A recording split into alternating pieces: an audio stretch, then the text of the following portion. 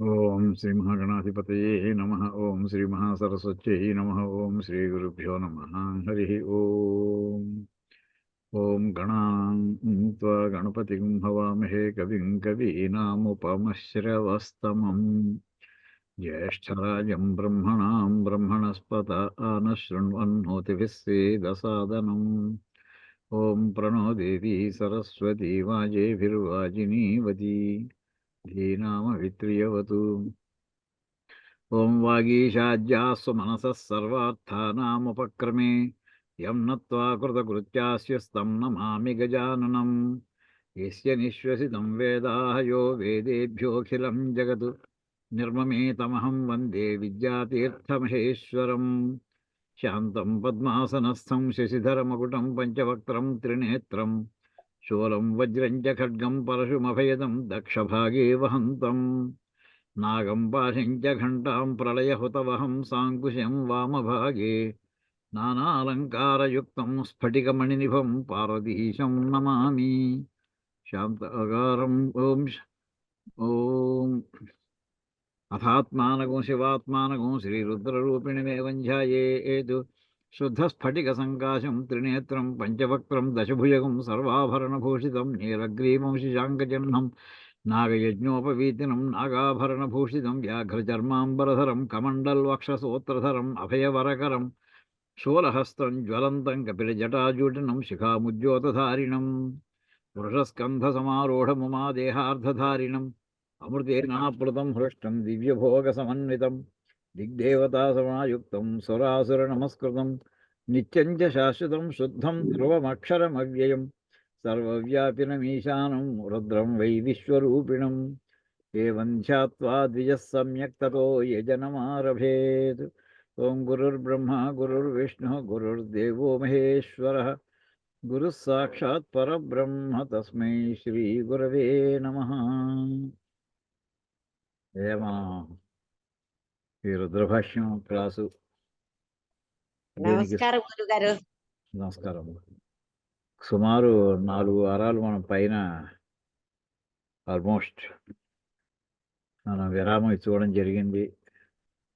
ఏం లేదు, చేస్తున్నటువంటి దానికి చాలామంది వ్యక్తిగతంగా వచ్చి కలుసుకోవాలని చాలామంది కోరుకున్నారు. అక్కడ అందరూ కలిశారు. అందరికీ ధన్యవాదాలు. చాలా పేరు పేరుని కూడా ఎంతో అభిమానంగా వచ్చారు అందరికీ. ప్లస్ మనం అక్కడ సుమారు 150 ప్రోడక్ట్స్ పెట్టామండి. 75 రకాల పుస్తకాలు పెట్టాం. సుమారు 75 రకాల పెన్ డ్రైవ్స్ వెరైటీస్ అన్నీ కూడా అక్కడ అందుబాటులో పెట్టాం. అవన్నీ చూసి యథాశక్తి వాళ్ళందరూ మొదలు ఇది కమర్షియల్గా కాకుండానండి, అసలు అభిమానం వేదభారతీయుల జనం ఎలాగా విశ్వాసాన్ని పెంచుకున్నారు. అదిగో మన 2 చేతుల సుబ్రహ్మణ్యం గారు అక్కడ 2 సార్లు పాపం వచ్చి ఆయన అక్కడికి వచ్చి కూర్చొని చాలా ఉత్సాహాన్ని కలిగించారు మా అందరికీ కూడా. అలాంటి అందరికీ ధన్యవాదాలు.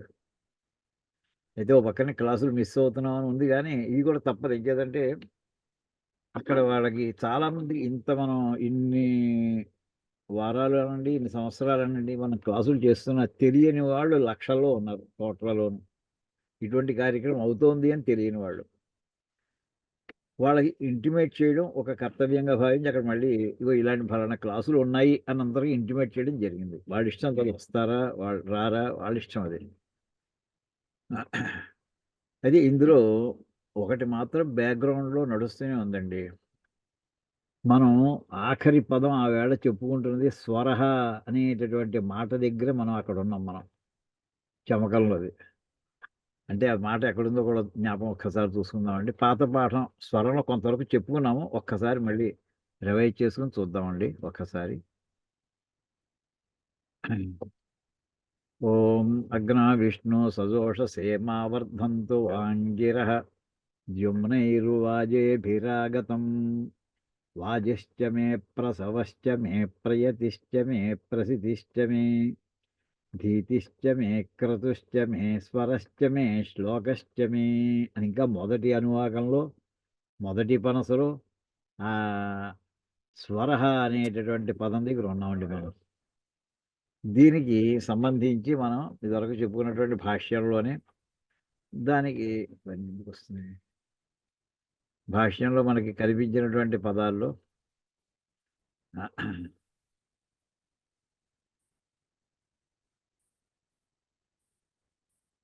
స్వరః అంటే మంత్రగత ఉదాత్తాదిహి అని చెప్పి మనకి సాయణ భాషలో అంతవరకు చెప్పారు. ఉదాత్తాది స్వరములు అని వారు చెప్పారు. అయితే మనకి ఇంకా అందుబాటులోకి వచ్చినటువంటి వాక్యాలు అవి చూసుకుంటూ ఉంటే దీని మీద ఆవేళ మనం చూసినటువంటివి అలా స్వరం అనే మాటకి ఎన్ని రకాల అర్థాలు ఉన్నాయి అది కూడా చూసాం మనం. డిక్షనరీ మీనింగ్ తీసుకుంటే స్వరం అంటే శబ్దము, అంటే సౌండ్, నాయిస్ ఇవన్నీ కూడా పర్యాయ పదాలుగా స్వరానికి డిక్షనరీలో ఇవ్వడం జరిగింది. ఇవి ఫాస్ట్‌గా వెళ్ళిపోతానండి. అయిపోయిన పాఠం జస్ట్ ఒకసారి టచ్ చేయడం వరకే. శిక్షావల్లిలో అంటే మన తైత్రీయ ఉపనిషత్తులో రెండో భాగం మనం ఎక్కడ స్వర అనే శబ్దాన్ని చూసామంటే మనకి తైత్రీయ ఉపనిషత్తు ప్రారంభం శిక్షావల్లితో ప్రారంభమవుతుంది. ఆ శిక్షావల్లిలో మొట్టమొదటి అనువాకం దగ్గర అథ శిక్షాం వ్యాఖ్యాస్యామః అన్నట్టు ఇంక శిక్ష గురించి చెప్పుకుందాం.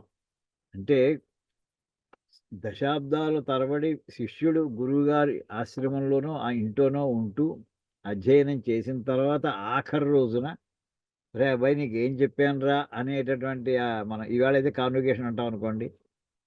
ఆఖరి ఉపదేశ వాక్యాలు ఏవైతే ఉన్నాయో ఆ చెప్పుకునేటటువంటి అనువాకం ఉన్నటువంటి ఉపనిషత్తు పేరు భాగం. తైత్రీయ ఉపనిషత్తులో 4 భాగాలు ఉన్నాయి. మొదటి భాగం దాన్ని శిక్షావళి అంటారు. అందులో వర్ణః స్వరః రే అబ్బాయి నువ్వు 5ో ఏటో 6ో ఏటో వచ్చేవరా ఉపనయనం చేసుకుని. అప్పటి నుంచి నీకు వర్ణమాల అక్షరాలు నేర్పానురా అబ్బాయి నీకు. స్వరః స్వరాలు నేర్పానురా అంటూ అక్కడ ఉదాత్తాది అంటే ఉదాత్తం ఎలా పలకాలి, అనుదాత్తం ఎలా పలకాలి, స్వరితం ఎలా పలకాలి ఇవన్నీ చెప్పుకుంటూ ఒక్క పదం పలికేప్పుడు 6 రకాల అక్షరాలు ఉంటాయి. వర్ణః స్వరః మాత్రా బలం సామసంతానః. అక్షరము, అక్షరం మీద స్వరము, దాని మీద ఎంతసేపు పలకడం అనేది మాత్రాకాలము, దాని మీద బలము, దానికి కంటిన్యూటీ, దాని మీద మెలోడియస్ గా పలకడం ఇవన్నీ కూడా మనకి ఇందులో నేర్పడం జరిగింది. ఇత్యుక్తః శిక్షాధ్యాయ అంటే మొట్టమొదటి మనసు దగ్గర అక్కడ ఆగి చెప్పుకున్నాడు. స్వరం అనే మాట చెప్పుకున్నాడు. దీనికి ఇందాక చెప్పినట్టుగా భాష్యంలో స్వర అంటే మంత్రగత ఉదాత్తాది అని భాష్యంలో ఇచ్చారు. సిద్ధాంత కౌముదిలో మనం ఉచ్చైరుదాత్త నీచైరనుదాత్త సమాహార స్వరిత ఉదాత్తం అంటే ఏమిటి అంటే పాణిని అష్టాధ్యాయులో ఇచ్చినటువంటి 3 సూత్రాలు చెప్తాం. ఉదాత్తానికి, అనుదాత్తానికి, స్వరితానికి. దీర్ఘస్వరితం ఒకటి చూసాం. ఉదాహరణకి నమస్తే రుద్రమన్యవ ఉతోత ఇషవే నమః. ఇక్కడ మా అనేటటువంటి దాన్ని స్వరితం అంటారు. ఏ గీత లేకపోతే మామూలుగా గీతం చెప్పాల్సి వస్తుంది సింబల్స్కి, దాన్ని ఉదాత్తం అంటారు. కిందకి మాత్రం అడ్డగీత ఉంటే దాన్ని అనుదాత్తం అంటారు. ఇవి కూడా మనం కొన్ని ఉదాహరణలుగా చూసినామండి. ఇది అయిన తర్వాత నెక్స్ట్ అదే స్వరితము దీర్ఘస్వరితం కూడా ఎలా ఉంటుందో చూసాం మనం. దీర్ఘస్వరితం అంటే దానికి కంపం వస్తుంది. ఓం గణానాం త్వా అనేప్పుడు నా అక్కడ నా అనేది దీర్ఘాక్షరము, దాని మీద స్వరితము, అది దీర్ఘ కంపం కూడా ఉన్నట్టుగా వచ్చింది కనుక గణానాం త్వా దాన్ని దీర్ఘస్వరితం అంటారు. ఇది కూడా మనం ఉదాహరణ చెప్పుకున్నామండి. ఇది అయిన తర్వాత నెక్స్ట్ ఇందులో మాత్రాకాలాలు గురించి కూడా చెప్పుకున్నాం. ఊకాలోధ్యస్ర దీర్ఘప్రతః ఉశ్చ ఊశ్చ ఊశ్చ ఊకాలః సవర్ణ దీర్ఘసంధి ఇవన్నీ కూడా ఎలా వస్తాయి చెప్పుకున్నాం. హ్రస్వం అంటే ఏమిటి, దీర్ఘం అంటే ఏమిటి, ప్లుతం అంటే ఏకమాత్రాకాలం ఒక యూనిట్ 1 యూనిట్ ఆఫ్ టైం. ఇప్పుడు సంగీతంలో కూడా మాత్రాకాలం వాడు చాలా క్లియర్గా ఉంటుంది. లేకపోతే అది ఉంటేనే సింక్రనస్గా నడుస్తుంది, లేకపోతే ఎసింక్రనస్ అయిపోతుంది అది. ఆ రకంగా ఈ మాత్రాకాలాలు చాలా ఇంపార్టెంట్ ఆస్పెక్ట్ వేదంలోనూ సంగీతంలోనూ కూడా. ఉ అన్నామంటే హ్రస్వము, ఊ అన్నామంటే దీర్ఘము, ఊ అని 3 మాత్రాకాల అంటే మొదటిదేమో ఏకమాత్రాకాలం, రెండోదేమో ద్విమాత్రాకాలం, 2 మాత్రాకాలాలు, 2 యూనిట్స్ ఆఫ్ టైం, మూడోదేమో 3 యూనిట్స్ ఆఫ్ టైం అని చెప్పి వేదంలో 4 మాత్రాకాలాలు ఉన్నటువంటి మంత్రం కూడా చదివి వినిపించానండి. అది అయిన తర్వాత వేదగణితంలో స్వరం అనే మాటకి దేనికి వాడతారు? నెంబర్లకు వాడతారు. 7 అని చెప్పడానికి స్వరం అన్నారంటే సప్తస్వరాలని అర్థం అంతే వెంటనే. మనకి 7 చెప్పేటటువంటి అంకెలు చాలా ఉన్నాయి. ఇది ఒకటే కాదు వేదగణితంలో. ఉదాహరణకి గుర్రం అశ్వం అని వచ్చిందనుకోండి. అశ్వం అనడంతోటే వెంటనే సూర్యుని యొక్క రథాశ్వాలు. అంటే అక్కడ సప్తాశ్వమ 7 గుర్రాలను మనకి ప్రసిద్ధి గనక అక్కడ అశ్వము అన్నామంటే శివులని తీసుకుంటాం. అలాగే సప్త కుల పర్వతాలు. అద్రి అంటే పర్వతానికి సంబంధించిన ఏ పదం వచ్చినా 7 తీసుకుంటాం. అలాగే ఇక్కడ స్వరం అనే పదం గనక వచ్చిందో అక్కడ 7 తీసుకుంటామండి. దీనికి స్వరాలకే మనకి అచ్చులకి స్వరం అంటారు. అది కూడా ఒకటి మన వ్యాకరణంలో. హల్లునేమో వ్యంజనం అంటారు. ఇది కూడా మనం ఒకసారి చేసామండి ఇది. ఇది అయిన తర్వాత నెక్స్ట్‌ది అమరకోశంలో ఉండేటటువంటి సంగీత స్వరాలు నిషాదము, ఋషభము, గాంధారము, షడ్జము, మధ్యము, దైవతం కాదండి దైవతము, పంచమము అని సప్తస్వరాలు. వాటి గురించి కూడా మనం అమరకోశంలో ఎలా ఇచ్చారో చూసాం. తర్వాత ఆకిళ్ళ పార్వతి గారి చేత మనం ఆవేళ సంగీతం గురించి, స్వరాల గురించి కాసేపు 2 నిమిషాలు మనం ప్రసంగం కూడా పెట్టించుకుని విన్నాం. సరే, ఇక్కడి నుంచి ఈవేళ మనం పాఠం ప్రారంభమవుతోందండి.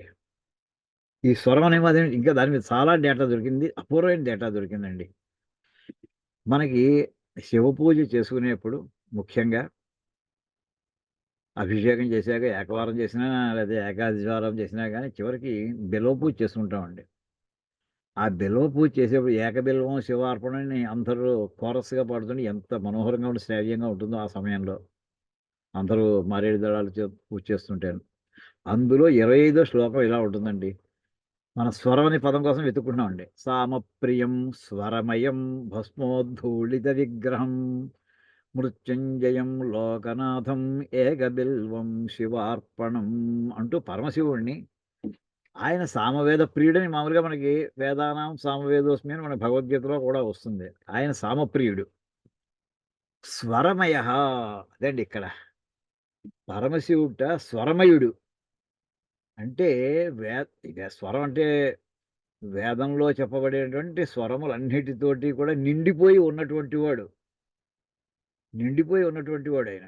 అంటే స్వరమే శివుడు, శివుడే స్వరము అని ఆ భావం. మయః అనే ఏంటంటే, మయ అంటే ఏంటి? మయం అంటే నిండిపోయి ఉండడం. మనం మామూలుగా నెగెటివ్‌గా చూడండి అయోమయం అంటాం. అయః అంటే ఇనప ముద్ద. మయం అంటే ముద్ద. స్వరమయ అంటే స్వరాల యొక్క ముద్ద. ఎవరంటే పరమశివుడు. అంటే ఏంటనమాట, వేద స్వరాలు ఆయనలో నిత్యము సంపూర్ణ వేదమూర్తి ఆయన. సంపూర్ణ వేదమూర్తి. వేదం అనేది ఏదో టెక్స్ట్, ఏదో ప్రోజు, పొయిటరీ కాదండి అక్కడ మామూలుగా. స్వరంతో కూడినటువంటిది. అంటే మొత్తం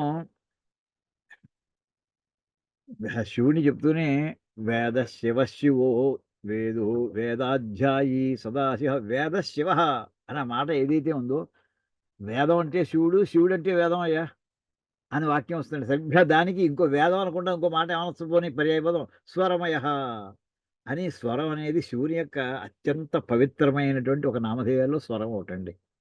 స్వర అంటే ఆయనే, శివుడే. స్వర అంటే శివుడే. స్వరమయ అన్న శివుడే అని అక్కడ ఒక కాంటెక్స్ట్‌లో ఈ వాక్యం జ్ఞాపకం వచ్చి ఇదోటి చూపిస్తున్నాను. అంటే మనం ఇన్ని చోట్ల అత్యంత ప్రసిద్ధమైనటువంటి ప్రదేశాల్లో ఈ స్వర శబ్దాన్ని శివపరంగా చెప్పుకోవడం జరిగింది. తర్వాత అన్నిటికంటే ముఖ్యమైందండి, మనకి తైత్రీయ ఉపనిషత్తులో, మహానారాయణ ఉపనిషత్తులో అసలు అక్కడ దాని మొత్తం సమస్తమైనటువంటి వేదవాంగ్మయానికి శిరోభూతమైనటువంటిది, శిరోరత్నం లాంటి వాక్యం ఒకటుందండి. ఆ వాక్యాలు సామాన్యంగా యతీశ్వరులు ఎవరైనా మనం యతీశ్వరుల దగ్గర మనం వెళ్ళినా, లేక ఎప్పుడైనా మన గృహాలు పావన చేయడానికి యతీశ్వరులు మన ఇంటికి రావడం జరిపినా, అప్పుడు చదివేటటువంటి ఆ అనువాకం ఉంటుందండి. ఓం అది చదివి వినిపిస్తానండి. ఓం న కర్మణా న ప్రజయా ధనేన త్యాగే నైకే అమృతత్వమానశుః పరేణ నాకం నిహితం గుహాయాం విభ్రాజతే తద్యతయో విశంతి వేదాంత విజ్ఞాన సునిశ్చితార్థాః సన్యాసయోగాద్యతయః శుద్ధ సత్వాః ते ब्रह्मलोके तु परान्तकाले परामृतात् परिमुच्यन्ति सर्वे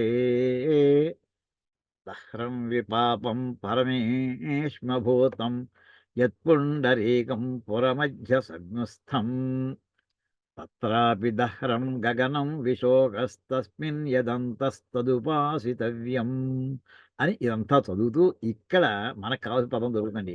యో వేదాదౌ స్వరః ప్రోక్తో వేదాంతే చ ప్రతిష్ఠితః తస్య ప్రకృతిలీనస్య యః పరః స మహేశ్వరః. అత్యద్భుతమైనటువంటి రత్నాలకి రత్నం లాంటి వాక్యం అండి ఇది. మొత్తం వేదం అంతా రాకపోయినా సరే అవకాశం ఉంటే ఈ 4-5 వాక్యాలు కంఠస్థం చేయండి. ఇది కూడా కుదరలేదు, ఆఖరి ఈ వాక్యమైనా కంఠస్థం చేయడానికి ట్రై చేయండి స్వరంతో, ఎవరికైనా చెప్పించుకున్నా సరే. యో వేదాదౌ స్వరః ప్రోక్తో వేదాంతే చ ప్రతిష్ఠితః తస్య ప్రకృతి లీనస్య యః పరః స మహేశ్వరః. మహేశ్వరుడు అంటే ఎవరయ్యా? నాకు తెలుసుండి మీరు శివలింగాన్ని దండం పెట్టేసి వెళ్ళిపోవడం అనుకుంటున్నారేమో, కాదు. అంటూ వేదాంతపరంగా మహేశ్వరుని యొక్క స్థానాన్ని చూపిస్తున్నాడండి ఇక్కడ. ఇప్పుడు దీనికి ఇక్కడ స్వర, ఈ వాక్యంలో చెప్పిన పదాలు చూడండి.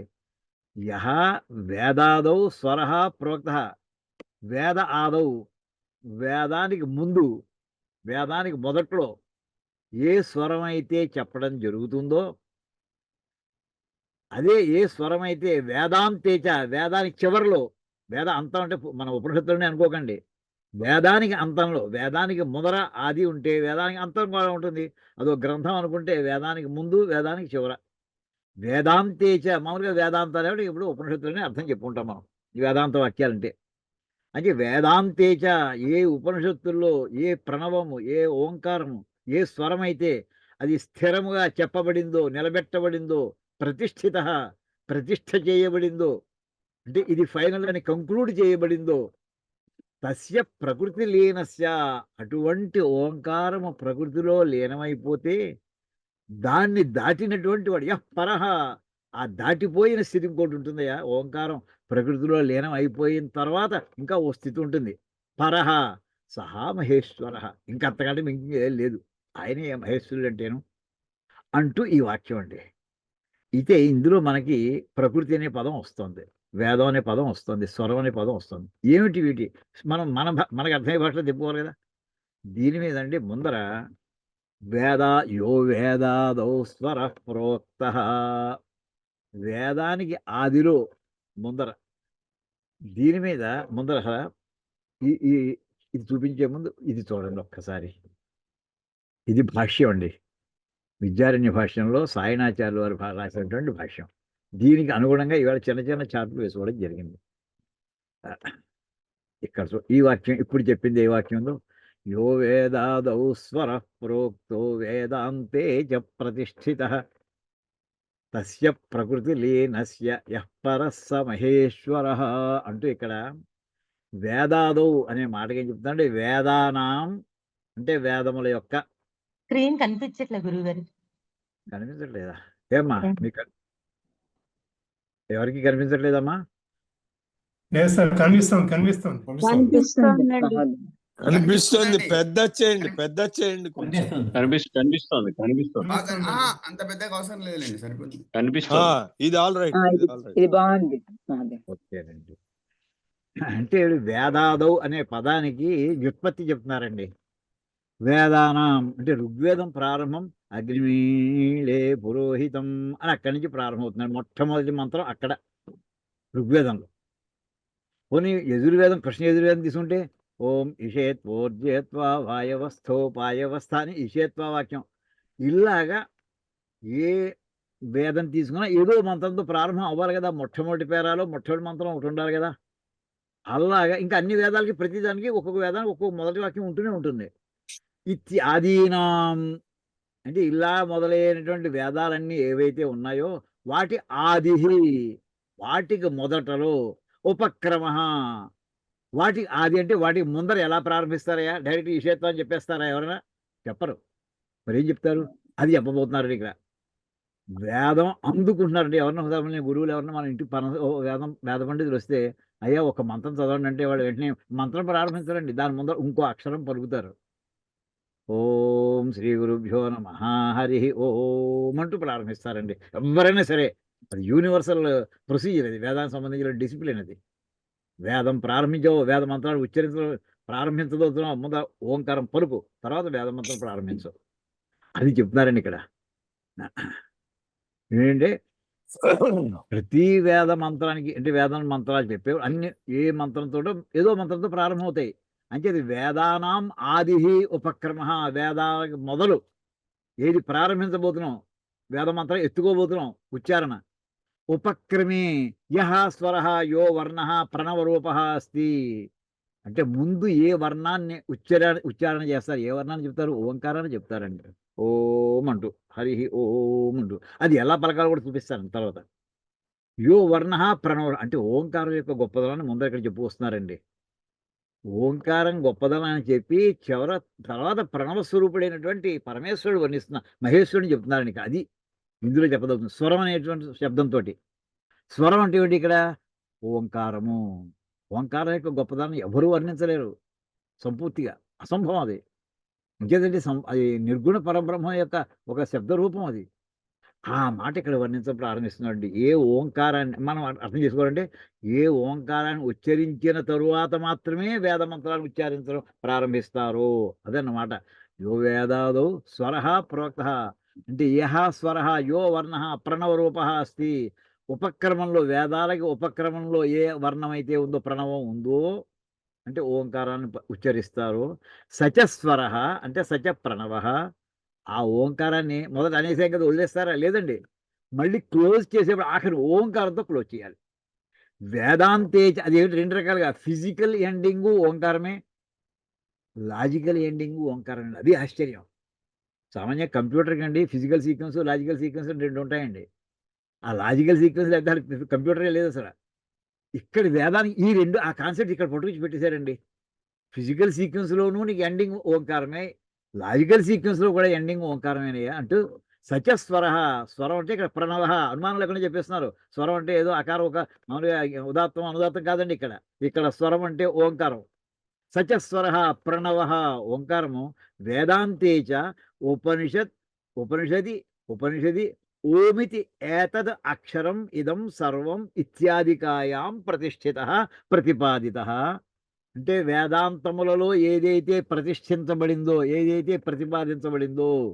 ఎలా ప్రతిపాదించారు అంటే, వేదాంతంలో ఏ వాక్యం అయితే చెప్పబడిందో అంటే ఏది చెప్పారయ్యా ఇక్కడ? ఉపనిషది అంటే ఉపనిషత్తుల యందు ఓం సంధులండి ఇక్కడ. ఓం ఉపనిషది, ఓం అదొక అక్షరం అంటే ఉపనిషత్ ప్లస్ ఓం, ఉపనిషది ప్లస్ ఓం ప్లస్ ఇతి ప్లస్ ఏతత్ ప్లస్ అక్షరం ప్లస్ ఇదం. ఇన్ని పదాలు కలిస్తే ఇంత పెద్ద సంధితో ఈ పదం ఏర్పడింది. ఉపనిషద్యోమిత్యేతదక్షరమిదం అనేటటువంటి మొత్తం సంధులతో ఏర్పడిందండి పదం. ఎన్ని పదాలు అందులో ఓం అనేటటువంటి ఏ అక్షరం అయితే ఓమిత్యేతదక్షరమిదం సర్వం అని ఒక వేదాంత వాక్యం ఉంది. ఇత్యాదికాయం ఇలాంటి మొదలైనవి ఎట్సెట్రా అనమాట. ఇత్యాది అంటే ఇత్యాదేహ అంటుంటారు శబ్దమంజరిలో. ఇది ఆదేహ ఇవే ఇలా మొదలు ఎట్సెట్రా అలాంటివి అయితే ప్రతిష్ట, అలాంటి వాక్యాల ద్వారా ఏ ఓంకారం అయితే ప్రతిపాదించబడిందో పరమేశ్వరుడని. సచస్వర అంటే సచ ప్రణవ. మళ్ళీ గుర్తెట్టుకోండి, మరిచి అనుమానం లేకుండా స్వరం అంటే మళ్ళీ ఉదాత్త అనుదాత్తాలు అనుకుంటుంటారు. కాదు, ఓంకారం ఇక్కడ ఈ కాంటెక్స్ట్లో సచస్వర ప్రణవ. దాన్ని ఏం చేయాలట? ధ్యానకాలే ఈ ఓంకారాన్ని ధ్యానం చేయాలండి. ఎవరు? సన్యాసులండి. దీనికి సన్యాస సూక్తం అని కూడా ఎవరో రాశారండి. ఈ 4 మంత్రాలు ఇందాక చెప్పిన నా కర్మణదని సన్యాస సూక్తం అని కూడా అంటారట కొంతమంది. ధ్యానకాలే అంటే ధ్యానం చేసేప్పుడు ఎలా ధ్యానం చేసుకోవాలయా అంటే, అవ్యాకృతే జగత్కారిణే లీనో భవతి. ఆ ఓంకారాన్ని ధ్యానం చేసేటటువంటి యోగీశ్వరుడు అవ్యాకృతమైనటువంటి ఇప్పుడు చూడండి, మనం రాసుకున్న నోట్స్లో ఒక్కసారి ఇక్కడ రిఫరెన్స్ వస్తాయండి. మనం లాస్ట్ క్లాసుల్లో కొన్ని క్లాసుల ముందర ఓ హైరార్కీ పెట్టుకున్నామండి, జ్ఞాపకం ఉందా? నారాయణ మనకి భగవద్గీతలో మొట్టమొదటి ఉపోద్ఘాతంలో ఇచ్చినటువంటి శంకరాచార్య వారు ఇచ్చిన శ్లోకాన్ని రిఫరెన్స్గా పెట్టుకుని, నారాయణ పరో వ్యక్తాత్ అండమవ్యక్త సంభవం అండస్యాంతస్త్విమే లోకా సప్తద్వీపాచమే దిని అని ఆ ఉపన్యాసం పెట్టుకుని మన పైన టాప్ నిర్గుణ పరబ్రహ్మము. సెకండ్ అమ్మవారు అంటే ప్రకృతి, అవ్యాకృతి, ఇలాంటి మనకి చాలా పదాలు పెట్టున్నామండి. అది 2. 3వ స్థాయి హిరణ్య గర్భుడు, బ్రహ్మ, చతుర్ముఖ బ్రహ్మ. 4వది ఈ జగత్తు అని ఇలా వరుసంతా బ్రహ్మాండం జగత్ అంతా రాసుకుంటూ వచ్చామండి. ఆ పదాల్లో చూడండి, అవ్యాకృతే జగత్ కారణదేహం కూడా మనం 2వ లెవెల్కి పెట్టుకున్నామండి. జ్ఞాపకం చూసుకోండి ఒకసారి, ఆ చాప్టర్ మీద చూసుకోండి. చాలా పేర్లు పెట్టుకున్నాం అమ్మవారికి, చాలా పేర్లు వచ్చాయి ఇక్కడ. ప్రకృతి అని, కారణం అని, ఇలాంటివన్నీ కూడా. అదే జగత్కారణే అల్టిమేట్లీ ఎవరు సృష్టి చేస్తున్నారయ్యా? నిర్గుణ పరబ్రహ్మం సృష్టి చేయట్లేదు. ఈ అమ్మవారే ఆడేస్తుంది మొత్తం అంతా కూడాను. దాన్ని కూడా అనేక వాక్యాలు అనేకసార్లు చెప్పుకున్నామండి. అక్కడ ఈ ఇటువంటి ఈ స్వరము ఏ స్వరముతోటైతే వేదం ఉచ్చారణ ప్రారంభమవుతుందో, ఏ స్వరం ఏ అంటే మళ్ళీ చెప్తున్నాను, ఏ ఓంకారంతో వేద ఉచ్చారణ ప్రారంభం చెయ్యాలో, ఏ ఓంకారాన్ని మొత్తం సమస్తమైనటువంటి ఉపనిషత్తులు ప్రతిపాదించేయంటే అత్యుత్తమం అని, అటువంటి ఆ ఓంకారము చివరికి ఉచ్చారణ ధ్యానం చేసే సమయంలో, ధ్యానం చేసేప్పుడు అమ్మవారిలో లీనమైపోతుంది అని అన్నారు. ఏమిటి అర్థమైంది మనకి? ఎవరు లీనం చేస్తారు? సాధకుడు ఏం చేయాలి? ప్రయత్నం ఏమైనా ఉందా అంటే అక్కడ దాన్ని వెంటనే రాస్తున్నారండి. ఇలా అంటే ఓంకారము జగత్కారణే, జగత్తుకి కారణమైనటువంటి సెకండ్ స్థాయి అంటే ప్రకృతి యందు తస్య ప్రకృతి లీనస్య. ఇక్కడ వాక్యం ఉందండి. ఇక్కడ చూడండి, ఇక్కడ వేదాంతే చ యో వేదాదౌ స్వర ప్రోక్త వేదాంతే చ ప్రతిష్ఠిత ఇంతలో స్పష్టంగా చెప్పుకున్నాండి. తస్య ప్రకృతి లీనస్య, అటువంటి ఆ ఓంకారం ప్రకృతిలో లీనమైనటువంటి ఓంకారానికి పరహ, ఇంకా దాటి ఉన్నటువంటి స్థాయిలో, ఓంకారాన్ని కూడా దాటి ఉన్నటువంటి స్థాయిలో ఎవరైతే ఉన్నారో ఆయనయ్య మహేశ్వరుడు అంటేను అంటూ ఓంకారాన్ని ప్రకృతిలో లయమైపోయింది. ప్రకృతి ప్రకృతిలో లయమైపోయింది. ప్రకృతి ఎన్నో స్థాయి చెప్పున్నామండి. నిర్గుణ పరబ్రహ్మం ఒకటి అనుకుంటే ప్రకృతి రెండోదని చెప్పున్నాం. ఓంకారం అంటే ధ్యానం చేసే సమయంలో ఓంకారాన్ని అంతవరకు నువ్వు తీసుకెళ్ళగలవయ్యా, ఇంకా తర్వాత నువ్వు చేసేది ఏం లేదు అక్కడ అని అక్కడ చెప్పుకొస్తూ ఇక్కడ ఆ మాట చెప్తున్నారండి. ఆ ఓంకారం జగత్కారణే లీనో భవతి, అమ్మవారిలో లీనం అయిపోతుంది. ఎలా అవుతుందయ్యా అంటే ఇక్కడ చెప్తున్నారండి. అకార ఉకార మకారేషు విరాట్ హిరణ్యగర్భ అవ్యాకృతాన్ని ధ్యాత్వా. అంటే ఓంకారం అని అందరికీ తెలుస్తుంది. అకార ఉకార మకార ఇది మరి మహానారాయణోపనిషత్తు కాకుండా నారాయణోపనిషత్తు ఇంకోటి ఉందండి. అందులో చెప్తారండి అకార ఉకార మకార ఇది ఓంకారం అనే దానికి. అక్కడ అకారాన్ని ఉకారాన్ని మకారాన్ని ఈ ఈ మూడిటి యందు కూడాట ఇవి సింబాలిక్ అండి. ఇవి ఏమిటయ్యా? వీటిలో ఏమిటి సింబాలిక్ అంటే అకారం అంటే విరాట్ రూపం అండి. ఈ విశ్వం అంతా విరాట్ అంటే విశ్వం, కనిపిస్తున్న విశ్వం. దీన్ని చిన్న డయాగ్రామ్ మీద వేసి చూపిస్తానండి. ఉకారం అనేది దానికంటే హయ్యర్ లెవెల్ అంటే చతుర్ముఖ బ్రహ్మగారు అంటే కింద నుంచి బాటమ్ టు టాప్ లెవెల్ అండి ఇది. అది అయిన తర్వాత అంటే అది దాన్ని హిరణ్య గర్భుడు అంటారు. మన చతుర్ముఖ బ్రహ్మను అంటారు, ఇక్కడ వేదాంతంలో హిరణ్య గర్భుడు అంటారు. ఆయన ప్రథమ జీవుడు, హిరణ్య గర్భ ప్రథమ జీవ. మొట్టమొదటి జీవుడు ఎవరయ్యా? శ్రీ మహావిష్ణువు జీవుడు కాదు, రుద్రుడు జీవుడు కాదు, హిరణ్య గర్భుడు జీవుడు. ఫస్ట్ బీయింగ్, మొట్టమొదటి క్రియేటెడ్ ఆబ్జెక్టివ్, సృష్టి అయినవాడు ఈయన. వాళ్ళిద్దరూ సృష్టి దాటినటువంటి వాడు మన వేదాంత ప్రకారం. అలాంటి హిరణ్య గర్భ అవ్యాకృత అని అంటే third level, second level and దానికంటే ఫస్ట్ లెవెల్. థర్డ్ లెవెల్ ఏంటంటే విరాట్ విశ్వము, సెకండ్ లెవెల్ దాన్ని సృష్టించినటువంటి వాడు హిరణ్య గర్భుడు, దానికి పైన ఫస్ట్ లెవెల్ అవ్యాకృతం అంటే మనకి అవ్యక్తం ప్రకృతి, అది మూడో లెవెల్ అండి. అదే జగత్తుకి కారణం, అందులో లీనమైపోతుంది అని చెప్పి అకార ఉకారం అకారేషు ఈ మూడింటిని కూడా ఏం చేయాలంటే ధ్యాత్వా, వాటిలో ధ్యానం చేస్తూ రివర్స్ ఆర్డర్లో సృష్టి అయినప్పుడు మనకి పైనుంచి నిర్గుణ పరబ్రహ్మ యొక్క సంకల్పం చేత సెకండ్ అంటే నిర్గుణ పరబ్రహ్మాన్ని ఇప్పుడు నెంబర్ 1 అనుకుంటే అమ్మవారు 2 అనుకుందాం, చతుర్ముఖ బ్రహ్మ 3 అనుకుందాం, 4వది జగత్ అనుకుందాం అండి, అంటే కౌంటింగ్ కోసమని. సో 1 నుంచి 2 వచ్చింది, 2 నుంచి 3 వచ్చింది, 3 నుంచి 4 వచ్చింది. కానీ ధ్యానం చేసినప్పుడు మనం ఎదురుకుండా కళ్ళు మూసుకుని అట్టక్కని వెంటనే పరమాత్మలో లయమైపోతాం అవ్వం.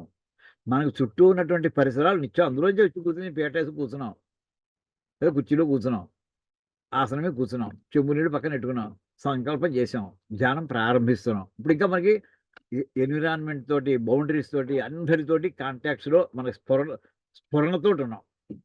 ఇప్పుడు దీన్ని కాన్సన్ట్రేషన్ పెంచాలంటే ఏం చేయాలన్నమాట? ఈ చుట్టూ ఉన్నటువంటి ఈ ఐటమ్స్ అన్నిటి నుంచి కొంచెం విడ్డ్రా చేసుకోవడం, కళ్ళు మూసుకు చూడకుండా ఉండడం, చెవుల్ని జాగ్రత్తగా కాన్సన్ట్రేషన్ తోటి పక్కన ఏ సౌండ్లు అవుతున్నా మెల్లగా పట్టించుకోకుండా విడ్డ్రా అయిపోవడం. అంటే కాన్సన్ట్రేషన్ ఇంకా ఇంకా ఇంప్రూవ్ చేసుకుని ఎవరైనా ముట్టుకున్నా కానీ తెలియని స్థితిలో వెళ్ళిపోవడం, సమాధి స్థితిలోకి వెళ్ళిపోవడం. ఇదండి స్లోగా మనం లోపలికి ఎంటర్ అవ్వడం ప్రవేశం. వెళ్ళే పుట్ట 4th 3rd లీనం చేసేసేయి. అంటే చుట్టూ ప్రపంచం ఉంది, లేకపోలేదు. నీ భావనలో అది నీకు ఆ స్ఫురణలో లేవు, ఆ భావంలో లేవు. చతుర్ముఖ బ్రహ్మ ఆయనలోంచి వచ్చింది కనుక ఆయనే ధ్యానం చేస్తున్నావు నువ్వు. ఆ తర్వాత కొంతసేపు చేయగా ఆ చతుర్ముఖ బ్రహ్మ ఎక్కడి నుంచి వచ్చారు ఆయన? ఆయన అమ్మవారిలోంచి వచ్చాడు. ఆయన అమ్మవారి మీద ధ్యానం కాన్సన్ట్రేట్ చేయి. చివరికి అయిపోయినమాట ఈ చతుర్ముఖ బ్రహ్మ కాస్త అమ్మవారిలో కలిసిపోయాడు ఆయన. అలాగే దాన్ని ప్రవిలాపము అంటారండి. అంటే లయము చేయుట. అంటే తస్య ప్రకృతి లీనం అయిపోవడం అన్న అదన్నమాట. ఫోర్త్ది తరుల్లో లీనం చేయడం. మనకి ఇది పంచమహాభూతాల్లో కూడా ఇలాగే చెప్తారండి. సృష్టి క్రమము లయ క్రమము చెప్తారండి. సృష్టి ఎలా చెప్తామండి? పరమాత్మ నుండి ఆకాశం వచ్చింది. ఆకాశాద్వాయు తస్మాద్వా ఆత్మన ఆకాశ సంభూత. ఇక్కడ చాలా సులువుగా అవుతుందండి ఇవాళ పాఠం. 1-2 వాక్యాలు అవుతాయి కానీ అవ్వకపోయినా పర్వాలేదు. డీటెయిల్గా చెప్పుకుందామండి. సృష్టి ఎలా జరిగింది? అటువంటి పరమాత్మ. తస్మాద్వా ఆత్మన ఆకాశ సంభూత. ఆ పరమాత్మ నుంచి ఆకాశం వచ్చిందయ్యా. ఆకాశాద్వాయు వాయోరగ్ని అగ్నిరాప అభ్య పృథివీ పృథివ్యా ఓషధయ ఓషధీభ్యోన్నం అన్నాత్ పురుష అని ఒక సీక్వెన్స్ అంతా చెప్పుకుంటూ వచ్చామండి. ఇది సృష్టి ప్రోగ్రెసివ్ డౌన్, ఇది టాప్ టు బాటమ్ అండి. కానీ ప్రళయకాలం ఏమవుతుందంటే రివర్స్ ఆర్డర్లో పైదంటూ కలిసిపోతుంటుంది కింద వెళ్ళి. ఈ భూమి నీళ్లలో కలిసిపోతుంటండి. అంటే అర్థం ఏంటి? బురద నీరు అయిపోతుంది అనమాట చివరికి. గట్టిగా ఎక్కడ ఉండదు. మట్టి ఎట్టుకెళ్ళి నీళ్ళలో వేసి బురద అవుతుంది కదండి. అలా సముద్రాలతో మొత్తం అన్ని సముద్రాలకి భూమి అంతా కలిసిపోతుందండి. భూమి లేదు, ఇంకా జలమే ఉంది. అది విత్ పార్టికల్స్ డస్ట్ పార్టికల్స్ అవి కూడా తర్వాత విషయం. కానీ బురదే ఉంది, అక్కడ నీరే ఉంది. ఈ నీరు ఇంకా ప్రళయం అవుతుంటే దానికి ఉత్పత్తి కారణం ఎవరండి అంటే 5th ఆధారం 4th. ఆ 4thలో కలిసిపోయింది, 5th వెళ్ళిపోయి. ఈ 4th దానికి ఆధారం అగ్నిలో కలిసిపోతుంది. నీళ్ళంతా బాగా వేడెక్కిపోయి అనుకోండి, నీళ్ళు ఏమైపోతే ఆవిరైపోతాయి. వాటర్ వేపర్ అయిపోతుందండి. నీళ్లు కాస్త ఐస్ కాస్త నీరే అయింది కరిగి, ఆ నీరు ఇంకా పరిగిస్తే ఆవిరి అయిపోతుంది. వేడెక్కిపోతాయి, నీళ్లు వేడెక్కిపోతాయి. ఆ అగ్ని కాస్త చివరికి వాయువులోకి మారిపోతుంది, వాటర్ వేపర్ కింద మారిపోతుందండి. చివరికి ఏమైందో నీళ్ళు ఎక్కడో కనిపించదు, ఆకాశంలో కలిసిపోయింది. భూమి కనిపించట్లేదు, జలం కనిపించట్లేదు, అగ్ని కనిపించట్లేదు, వాయువు కనిపించట్లేదు, ఆకాశం కనిపించదు. ఇది రివర్స్ ఆర్డర్ అండి, లయం. అలాగట ఈ జపం చేసేప్పుడు రిప్రజెంటేషన్ అంటే మన చుట్టూ ఉన్నటువంటి ఎన్విరాన్మెంట్కి విత్డ్రా చేసుకో. అది అయిపోయింది. అక్కడి నుంచి ఎక్కడ విత్డ్రా చేసుకోగలిగావు అంటే జగత్తుని చూస్తున్నావు. జగత్తులో నువ్వు ఉన్నావు, జగత్తులో పుట్టావు, జగత్తులో పెరుగుతున్నావు. ఈ జగత్తు నుంచి జగత్ ఆధారభూతుడైనటువంటి వాడు ఎవరు? జగత్తు సృష్టికర్త ఎవరు? చతుర్ముఖ బ్రహ్మ, హిరణ్యగర్భుడు. ఆయనలో లీనం చేయి, ఆయనని ధ్యానం చేయండి. దాని స్థిరపడ్డాక ఇంకేం మన హిరణ్యగర్భుడు తప్ప ఇంకెవరు కనిపించట్లేదు. ఆ తర్వాత హిరణ్యగర్భుని యొక్క ఉత్పత్తి ఎవరు? ఆయన సొంతంగా ఆయన పొట్టొంచి ఆయనే ఉన్నాడా? లేదు. అమ్మవారి అనుగ్రహంతో ఆయన పుట్టాడు. ఆయన విష్ణుమూర్తి రాభిగమనంలో వచ్చాడని చెప్పుకుంటున్నాం. ఏదో అనేక రకాల కథలు చెప్పుకోవచ్చు. సో ఆయనకి కారకుడు ఎవరు? ఆ కారణం మీద పెట్టుకోండి. పెట్టేప్పటికంటే ఏమైందనమాట, బ్రహ్మగారిని కాస్త మనం హిరణ్యగర్భుడు లయమైపోయి అమ్మవారు కనిపిస్తూ ఉంటుంది ప్రత్యక్షం. అలాగట ఈ ఓంకారాన్ని థర్డ్ లెవెల్ నుంచి సెకండ్ లెవెల్కి, సెకండ్ లెవెల్ నుంచి ఫస్ట్ లెవెల్కి పట్టుకొచ్చేసేయండి. ఫస్ట్ వచ్చి ఇంకా ప్రకృతి కనిపిస్తోంది. కనిపిస్తుంటే లలితా పరమేశ్వరి కనిపిస్తుంది, ఎదురుకుండా అమ్మవారే కనిపిస్తోంది అక్కడ మనకి. ఉండగా అక్కడికి ఆగిపోయింది. ఇంక నీ ధ్యానం లేదు, ఇంకా తర్వాత ఏం చేయాలో తెలియదు మనకి. వెళ్ళిపోయేప్పుడు అక్కడటండి దాని తర్వాత ఇంకో స్థాయి ఉందిటండి. ఈ మూడింటిని ఏమని చెప్పారంటే నాదము అనేటటువంటి పదం వాడతారండి ఇక్కడ. నాదం 4 స్థాయిలో, ఓంకారం 4 మాత్రాకాలాలు చెప్పాలటండి. 4 మాత్రాకాలాలు, ఒక్కొక్క అక్షరాన్ని ఒక్కొక్క మాత్రాకాలం, ఓ యూనిట్ ఆఫ్ టైం. అకారం, ఉకారం, మకారం చెప్పి 4వది అని అక్కడ వెళ్ళిపోతుందండి. అది నాదం. ఆ 3వది దాటినటువంటిది ఏదైతే ఉందో చతుర్థ కాల, ఆ 4వ స్థాయి ఏదైతే ఉందో అదే ఇంక ధ్యానం చేయవలసినటువంటిది అని ఆ మాట ఇక్కడ చెప్పబోతున్నారండి. ఇక్కడ చూడండి. పంచ ఓంకారం హిరణ్యగర్భ రూపం మూల ప్రకృతి అంటే ఒకటి చూడండి. విరాట్ రూపం అకారం అంటే లోయెస్ట్ లెవెల్, అంటే గ్రాస్ లెవెల్, అది విశ్వం. విరాట్ రూపం అంటే విశ్వం. అది దానికి రిప్రజెంటేటివ్ లెటర్ ఏమిటంటే కోడింగ్ ఏమిటంటే అకారం. అకారం, ఓకారం, అకారం అన్నా కానీ అకారం అనేది బ్రహ్మగారికి, విశ్వానికి representative letter, coding word, coded word. అది దాన్ని పట్టుకొచ్చి హయ్యర్ లెవెల్లో మెర్జీ చేసేయండి. ఒకారే ప్రవిలాప్య. ఒకారం హయ్యర్ లెవెల్ నెక్స్ట్ ఏంటంటే అకారం కంటే నెక్స్ట్ ఒకారం, అది మోర్ పవర్ఫుల్, దాంట్లో కలిపేసేయండి. దాన్ని ఏం చేయాలి? పంచ ఉకారం అంటే అది ఎవరి రూపం అది? అది సెకండ్ లెవెల్ అండి. మొట్టమొదటి మనం గ్రాస్ లెవెల్లో విశ్వం అనుకున్నాం. దానికంటే హై లెవెల్ హిరణ్య గర్భుడు. పంచ ఉకారం హిరణ్య గర్భ రూపం. దానికంటే హై లెవెల్ మూల ప్రకృతి రూపే మకారే ప్రవిలాపయేత్. అది అంతా పెద్దదైనటువంటిది, పవర్ఫుల్ అయినటువంటిది ఎవరంటే మూల ప్రకృతి. ఆ రూపంలో ఉండే దానికి రిప్రజెంటెడ్ కోడ్ వర్డ్ ఏంటంటే మకారం. మకారంలో ప్రవిలాపయేత్ లయం చేసేయాలి.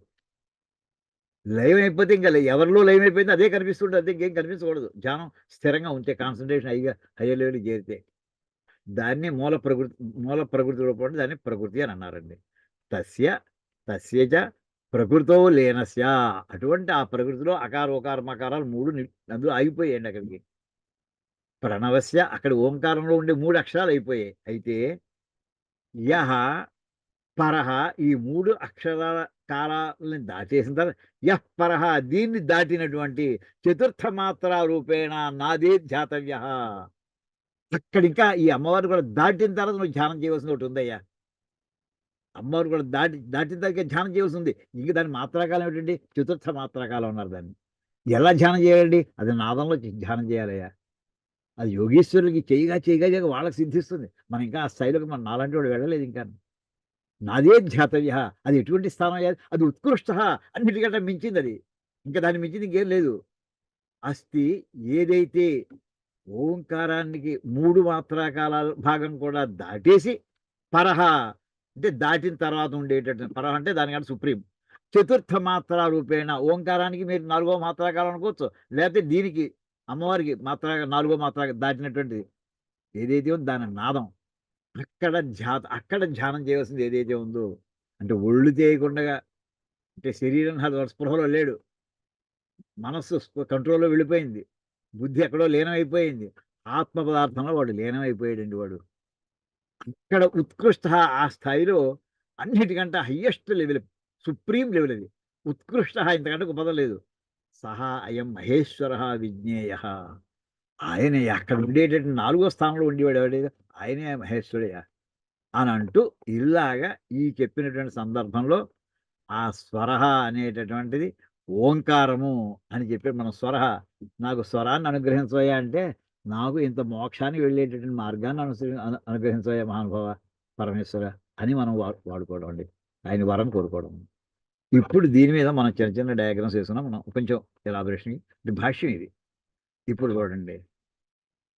యో వేదాదౌ స్వర ప్రోక్త.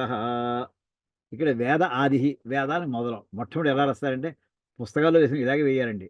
హరిహి ఓ హరిహి ఓం అని ఎక్కడ ఏ గీత ఉండకూడదండి, అన్ని స్వరి ఏమండి ఉండగా అక్కడి నుంచి వెంటనే నెక్స్ట్ మంత్రం అందుకుంటాం. ఓం నమస్తే రుద్రమన్యవ, ఓం నమస్తే రుద్రమన్యవ అంటే ఏదైనా ఏ మంత్రం అందుకున్నా ముందర ఓం హరిహి శ్రీ గురుభ్యో నమః అని చెప్పి హరిహి ఓం అని అనాలండి. అంతా చదివేసిన దానికి ఆఖరి ఇంకా క్లోజింగ్ వచ్చింది.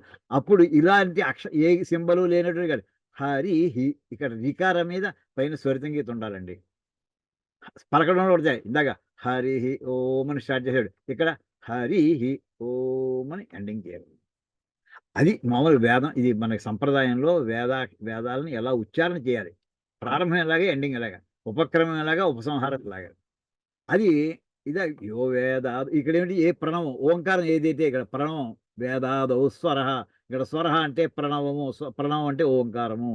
ఏ ఓంకారాన్ని అయితే వేద అధ్యయనంలోను కానీ లేదా పారాయణలో కానీ ఎక్కడైనా సరే ఉచ్చారణ చేయబోతుంటే ఏ ఓంకారం అయితే చెప్పబడుతుందో, వేదాంతేచ నువ్వు వేద పారాయణ అంతా అయిపోయింది, ఆఖరిని క్లోజ్ చేయగలుగుతున్నావు, అక్కడ చివరి ఏ దేవత ఎండ్ అవుతుంది? హరి మళ్ళీ ఓంకారంతో ఎండ్ అవుతుంది అది. ఆ రకంగా ఏ ఓంకారం అయితే చెప్పబడుతోందో అని ఒక అర్థం అండి. ఉపసంహారంలో చెప్పబడేది ఓంకారం.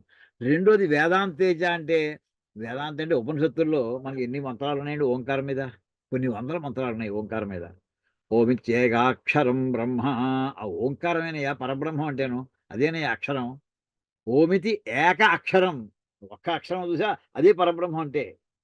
ఇంకా భగవద్గీతలో మనం వెళ్ళామనుకోండి, ఈ ఓంకారాన్ని ఓమిత్యేకాక్షరం బ్రహ్మ వ్యాహరం మన భగవద్గీతలో వస్తుందండి. ఆ అక్షరం ఒక్క ఓంకారాన్ని నువ్వు మామూలుగా ఉచ్చారణ చేస్తూ మోక్షం కావాలి అని తీవ్రమైన నిశ్చితం ఉంటే ఆయన రూట్స్ చెప్పేశాడండి, సింపుల్ టెక్నిక్ చెప్పాడండి. అది సాధ్యమైతే ఇంకా డౌట్లెస్గా ఆయన ప్రామిస్ చేస్తున్నాడు ఆయన. కృష్ణ పరమాత్మ ప్రామిస్, అది ప్రామిస్ నోటి మీద సంతకం పెట్టేశాడు ఆయన. ఓమిత్యేకాక్షరం బ్రహ్మ వ్యాహరం మా మనుస్మరన్. నువ్వు ఓంకారాన్ని నోటితో ఉచ్చరిస్తూ నన్ను స్మరిస్తూ ప్రయాతి త్యజన్ దేహం, ఈ దేహాన్ని వదిలిపెట్టేస్తూ త్యాగం చేసేస్తూ ఎవడైతే వెళ్ళిపోతాడో సయాతి పరమాంగతి, మోక్షాన్ని పెడతాడే వాడు. ఖచ్చితంగా చెప్పండి, ఇక్కడ యాంబిగ్యూటీ లేదు. ఇందులో 2 కండిషన్స్ పెట్టాడు ఆయన.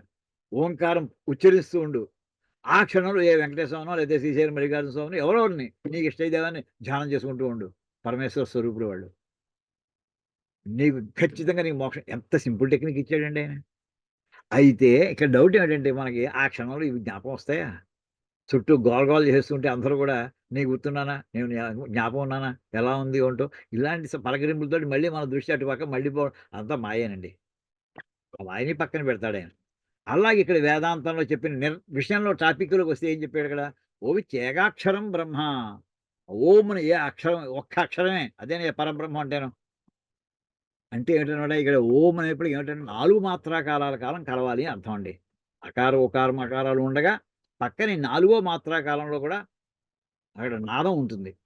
ఆ నాదమే మొత్తం ఒకటో కాలంలో నాదం మీద అకారం, నాదం మీద ఉకారం, నాదం మీద మకారం నడుస్తుంటుందండి. నాదం ఎప్పుడు అక్కడ ఒక చోటే ఉండేది కాదు, మొత్తం అంతా నాదమే ఉద్భవించి నాదం మీద ఆధారపడ్డాయి సమస్తమైనటువంటి శబ్ద ప్రపంచం కూడా. అంటే నాదం మీద ఎలా ఆధారపడుతుందంటే ఎగ్జాంపుల్ ఎలా ఉందంటే ఉందండి. మనకి రేడియో స్టేషను పొద్దున్నే ఏ బెదవాడ స్టేషన్ పెట్టుకున్నాం అనుకోండి, పెట్టిన ముందర వాడు కొయ్యి కొయ్యి కొయ్యి కొయ్యి అని స్టార్ట్ అవుతుంది కదండి అన్ని స్టేషన్కి. అలా అయితే ఇంకోటి ఏదో పెట్టుకుంటాడు. అప్పుడు వాడు ఏది రిలీజ్ చేస్తున్నాడు? వాడు రేడియో వేవ్స్ని వదిలిపెడుతున్నాడండి. వాడు కొంత ఫ్రీక్వెన్సీ ఏదో 350 మీటర్లు ఏదో కూడా చెప్తుంటాడు. ఒక్కో స్టేషన్కి ఒక్కో నెంబర్ ఉంటుంది, meter length, radio waves length. ఆ వేవ్స్ మీద అది అలా ప్రయాణం చేస్తుంటే ఇప్పుడు మనం ఇక్కడ కూర్చుని మామూలుగా ఇంట్లో కూర్చుని మనం మాట్లాడుకుంటున్నామండి. ఆ గోడల మధ్యలోనే మన మాట వినిపించవచ్చు, గోడ దాటి మన మాట వినిపించదు. కానీ ఖండాంతరాలు ఉన్నటువంటి మన మాట ఇప్పుడు ఎలా అందుతున్నాయి మనకి? నా మాట కాదు, డైరెక్ట్ మీ దగ్గరికి వస్తున్నది. నాదము మీద కూర్చున్నటువంటి నా అక్షరాలు మీ దగ్గరికి వస్తున్నాయండి. మీ దగ్గర ఉన్నటువంటి ఇన్స్ట్రుమెంట్ చేసి నాదాన్ని ఫిల్టర్ చేసి ఆ అక్షరాన్ని అక్కడ మూసుకొచ్చింది. క్యారియర్ వేవ్స్ అంటారు. ఈ క్యారియర్ వేవ్స్ ఏమిటంటే మోసుకొచ్చేవండి. దాని మీద ఏ వస్తువు పెడితే దాన్ని పట్టుకుపోతుంది. ఆ పోర్టర్ అది వాడికి ఇస్తే వాడు పట్టుకుపోతాడు, పట్టుబడి డెలివరీ చేస్తాడు. అలాగా ఒక వస్తువు, ఆ వస్తువుని పట్టుకెళ్ళేవాడు. ఈ వేళ ఫిజికల్ వరల్డ్లో కమ్యూనికేషన్ సిస్టమ్స్లో అది వాడుతున్నాం. రేడియో వేవ్స్ అటువంటివి. రేడియో వేవ్ మీద మనం పలికిన అక్షరాన్ని కూర్చోబెడుతున్నాం. ఈ 2 కలిసి ప్రయాణం చేస్తాయి. అక్కడికి వెళ్ళిన తర్వాత ఆ పట్టుకొచ్చిన వాడు ఆ గేట్ దగ్గర ఆగిపోయినట్టుగా అక్కడ డైరెక్ట్గా అక్కడ ఫిల్టర్ అయిపోతాయి. ఓన్లీ అసలు అక్షరాలు మాత్రమే బయట లోపలికి వెళ్తాయి.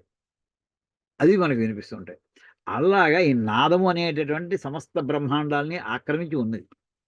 అది ఎప్పటి నుంచి ఉందంటే సృష్టి ప్రారంభ కాలం నుంచి ఉంది. మనకి ఉచ్చారణ పరావాక్కన ఏదైతే చెప్పుకుంటూ ఉంటాం, ఏ అక్షరాలు అయితే మన లోపల నుంచి వస్తూ ఉంటాయో ఈ అక్షరాలన్నీ కూడా దాని మీద కూర్చోబెట్టి ఏ స్థాయిలో నాదంలో ప్రారంభమవుతాయిటండి. ఆ నాదం నుంచి దాన్ని ఎక్కడ ఏ చక్రంలో ప్రారంభమవుతాయి అవన్నీ కూడా దాన్ని చదివినటువంటి అధ్యయనం చేసినటువంటి ఉన్నారు. ఇలాగా ఈ విషయాలన్నీ కూడా వేదాంతే ఉపనిషత్తులు ఏవైతే అక్కడ చెప్పినటువంటి కంక్లూడ్ చేసినటువంటి టాపిక్స్ మొత్తం కంక్లూషన్స్ ఏమిటి? ఓమిత్యేకాక్షరం బ్రహ్మ, అదేనయ్యా.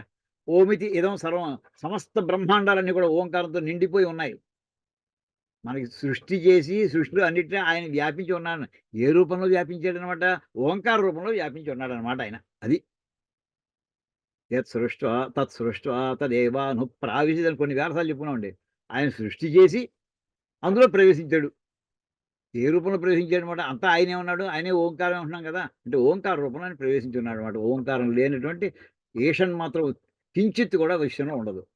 దృశ్యతే శ్రూయతే, కనిపించేది కానీ కనిపించదు కానీ, వినేది కానీ వినిపించదు, ఏదైనా సరే అది లేనటువంటిది, అది నాదము.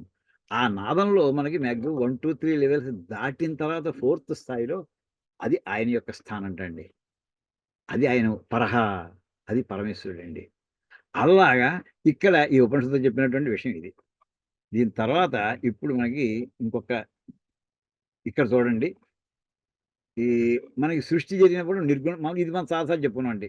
నిర్గుణ పరబ్రహ్మము, దానికి అది ఫస్ట్ లెవెల్ అనుకుంటే, అంటే ఎప్పుడు ఉండేటటువంటిది, ఎటర్నల్, మార్పు లేనటువంటిది, అవ్యక్తం అన్నీ కూడా చెప్పుకుంటూ ఉంటాం. అవ్యయం అవ్యక్తం ఇక్కడిది అవ్యయం. రెండో లెవెల్ ప్రకృతి రూపం, దాన్ని అవ్యక్తము చాలా చెప్పుకున్నాండి. థర్డ్ లెవెల్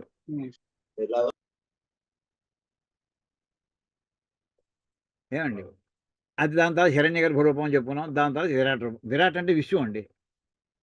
ఏమండి, ఇది ఎలా చెప్పాలంటే దీనికి విరాట్ రూపానికి కోడెడ్ అక్షరం ఏంటంటే అ. హిరణ్య గర్భ రూపానికి అక్షర రూపం ఏంటంటే ఉకారం. ప్రకృతికి రూపం ఏంటంటే మకారం అంటండి అనేది. ఎన్నో మాత్రాకాలం నాదంలో 4 మాత్రాకాలాలు ఉన్నాయనుకుంటే ప్రథమ మాత్రాకాలం ఇది అకారంటండి.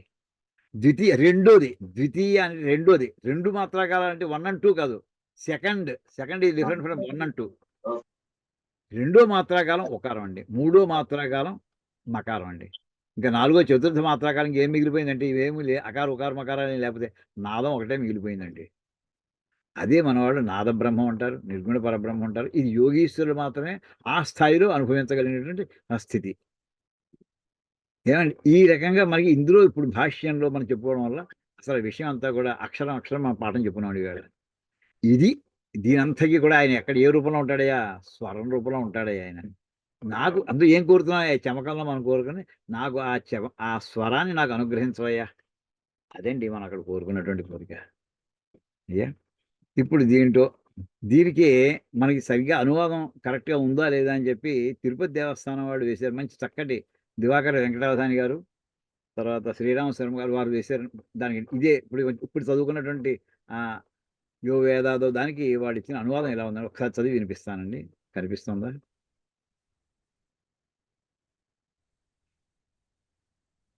ఇక్కడ అగ్నిమీళే పురోహితం ఇషేత్వోర్జేత్వ ఇత్యాది ఋక్ యజుహు ఆది వేదముల యొక్క ఉపక్రమమునందు ఏ ప్రణవరూప స్వరము అంటే ఓం కలదో ఆ ప్రణవ స్వరము ఓమిత్యేతదక్షరమిదం సర్వం ఇత్యాధికమైనటువంటి వాక్యాలు ఉపనిషత్తునందు కూడా ప్రతిపాదితమైనది.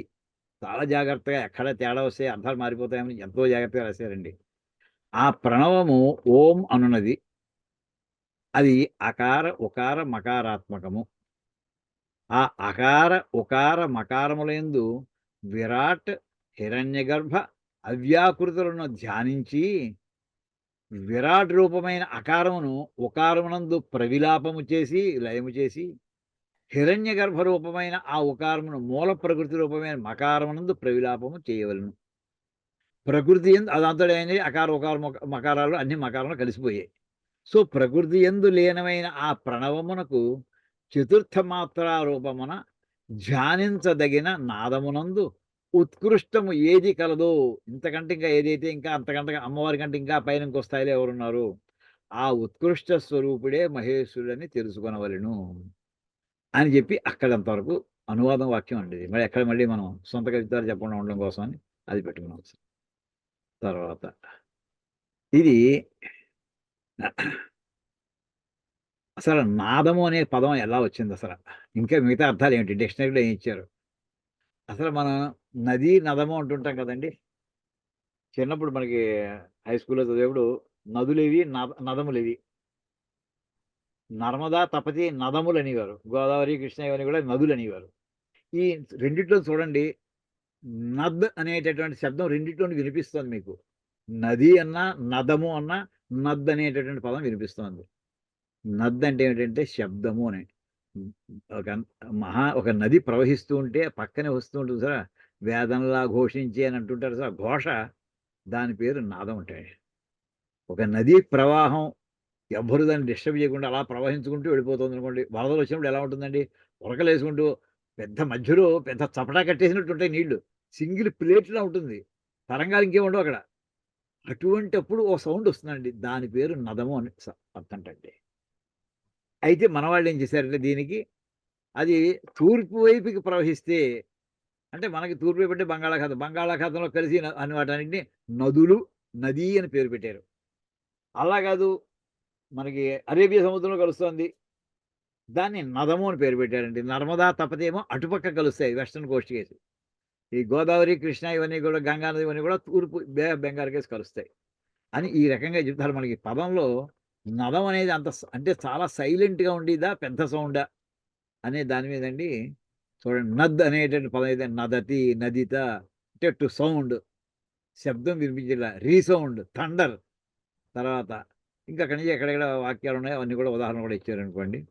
తర్వాత అంటే డిక్షనరీలో మీనింగ్స్ కూడా మనం చూసుకుందామని తీసామండి. తర్వాత నదహ అనే ఏ రివర్, ఏ గ్రేట్ రివర్. అయితే ఇక్కడ ప్రాక్ స్రోతస నద్య, ప్రత్యక్ స్రోతస నదాహ, నర్మదా ఇత్యాదయ. అంటే ఇక్కడ ప్రాక్ స్రోతస అంటే తూర్పు వైపుకి ప్రవహించే, ప్రాక్ అంటే తూర్పు, తూర్పు వైపుకి ప్రవాహం వేటికైతే ఉందో అంటే పూర్వవాహిని, అవన్నీ కూడా నదులు. నద్య అంటే నది, నద్యో, నద్య, నదీ శబ్దం. ప్రత్యక్ స్రోతస అంటే పశ్చిమ వైపుకి ప్రవాహం ఏదైతే ఉందో నదాహ, నర్మదా ఇచ్చారు, ఇట్లా అని ఒక అర్థం అండి. ఏ స్ట్రీమ్, ఫ్లోయింగ్ స్ట్రీమ్, ఇది ఒక అర్థం అండి. తర్వాత అంటే మనకి నాదం అనే పదానికి ఎక్కడి నుంచి వస్తుందో చెప్పుకోవడం కోసం నేను చెప్పుకుంటూ, అసలు నాదం అనే మాటకి అర్థం ఏమి ఇచ్చారు అసలు, అది కూడా చూద్దామండి.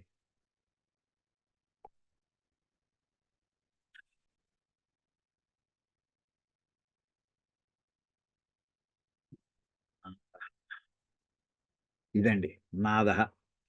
అయితే ఏ లౌడ్ రోర్, చాలా పెద్ద శబ్దం అంటండి, చాలా సైలెంట్గా ఉండేది కాదు, ఇది సటిల్గా ఉండేది కాదు, భయంకరమైన శబ్దం. ఏమండి అందరూ చెప్తూ సింహనాద అంటుంటాడు. సింహం వలె గర్జన, సింహనాదం అంటే గర్జన, సింహం యొక్క గర్జన అంటే గర్జన. అంటే నాదం అనేది అంటే ఇప్పుడు ఇందాక చెప్పినటువంటి మనకి వేదాంతపరంగా వెళ్ళేప్పటికి సటిల్ అంటే పీక్, అంటే మనకి వేవ్ ఫామ్ తీసుకుంటే, సౌండ్కి వేవ్ ఫామ్ తీసుకున్నట్టు తీసుకుంటే అదేదో మీటర్స్ కాదు, మిల్లీమీటర్స్ కాదు, మనకి నానోమీటర్స్ ఇంకా చిన్నది ఏమైనా ఉంటే అంతలో వెళ్ళిపోవాల్సి వస్తుందండి. అలా చెప్పుకుంటాం మామూలుగా మనకి నాదం అనేది. కానీ ఇక్కడ ఇంకో కాంటెక్స్ట్లో చాలా గొప్ప శబ్దం అని కూడా అర్థం వస్తుంది మనకి. ఇది ఒక మనం తెలుసుకోవడం కోసం అండి ఇది. తర్వాత ఇంతవరకు ఈ విధంగా మనం ఈవేళ నాదము అంటే నాదము అంటే మనకి దీని మీద స్వరము అనేటటువంటి పదానికి సంబంధించినటువంటి వాక్యాలని మనం చెప్పుకున్నామండి. ఈ విషయంలో నాకు క్లారిటీ కోసమని మన బద్రీనాథ్ గారు మా మధ్య మన ఇంటికి వచ్చారు. బద్రీనాథ్ గారు ఉన్నారా క్లాసులో ఈవేళ? బద్రీనాథ్ గారు లేరండి. ఓకే. ఆయన తిరుమలలో అన్నారు, రావడం కష్టమవుతుందేమో అన్నారు. వారి శ్రీమతి ప్రత్యేకించి దీని మీద చిన్న నోట్స్ పంపించారండి మనకి. ఇది ఈ టాపిక్ మీద. అది కూడా చదివి వినిపిస్తాను సార్ ఒకసారి ఇందులో.